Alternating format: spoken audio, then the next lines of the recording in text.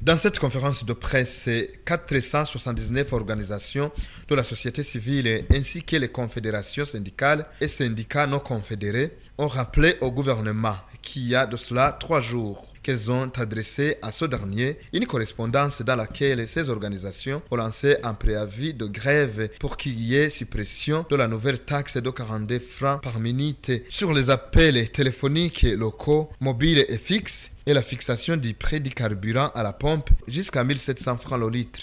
Des questions qui devaient trouver des réponses, sinon on serait obligé de faire une grève générale.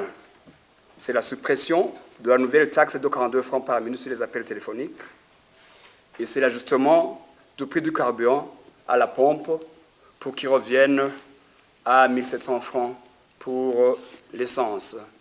C'est vrai, le coût du carburant a été réduit de décembre à cette heure-ci, mais on voudrait à ce que réellement le coût du carburant reflète la situation du coût du carburant sur le marché mondial.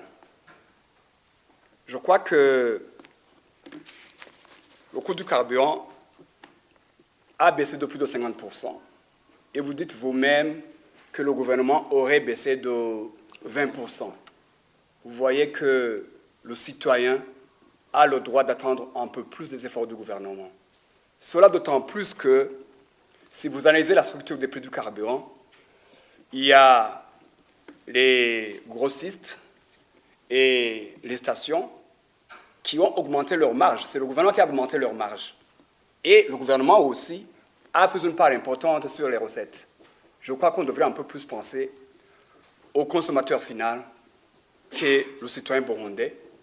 Et je crois qu'on n'exagère pas si on demande à ce qu'il y ait encore une diminution de 10%. Ce serait une diminution de 30% et pas de 50%. Les membres de la campagne contre la vie chère, réunis au sein de la société civile et aux différentes confédérations syndicales et syndicats non confédérés, se disent indignés du fait qu'il y ait le refus du dialogue à ce sujet et qu'ils seront amenés à organiser un mouvement de grève généralisé.